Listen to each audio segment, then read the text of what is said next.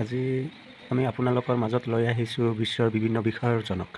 আজিৰ প্ৰথম ভিডিঅ'টোত বিশ্বৰ বিভিন্ন বিষয়ৰ জনকৰ ভিতৰত বিজ্ঞানৰ জনক। আমি সকলোৱে বিজ্ঞান পঢ়িছোঁ, জীৱ বিজ্ঞান, প্ৰাণী বিজ্ঞান, পদাৰ্থ বিজ্ঞান, ৰসায়ন বিজ্ঞান, মানে বিভিন্ন ধৰণৰ বিজ্ঞান আমি সকলোৱে পঢ়িছোঁ বা পঢ়িও আছোঁ। কিন্তু এই বিজ্ঞানবোৰৰ জনক কোন আমি সকলোৱে জানো, যদিও তথাপিও আমাৰ ভালকৈ মনত নাই।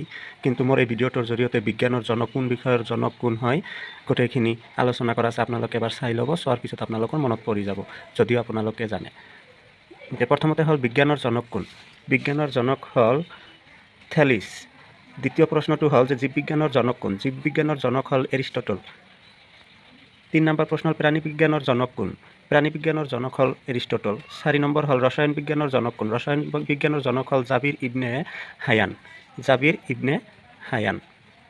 5 নম্বৰ পদাৰ্থ বিজ্ঞানৰ জনক কোন? পদাৰ্থ বিজ্ঞানৰ জনক হ'ল আইজাক নিউটন। 6 নম্বৰ ৰাষ্ট্ৰবিজ্ঞানৰ জনক কোন? এৰিষ্টটল। 7 নম্বৰ আধুনিক ৰাষ্ট্ৰবিজ্ঞানৰ জনক কোন?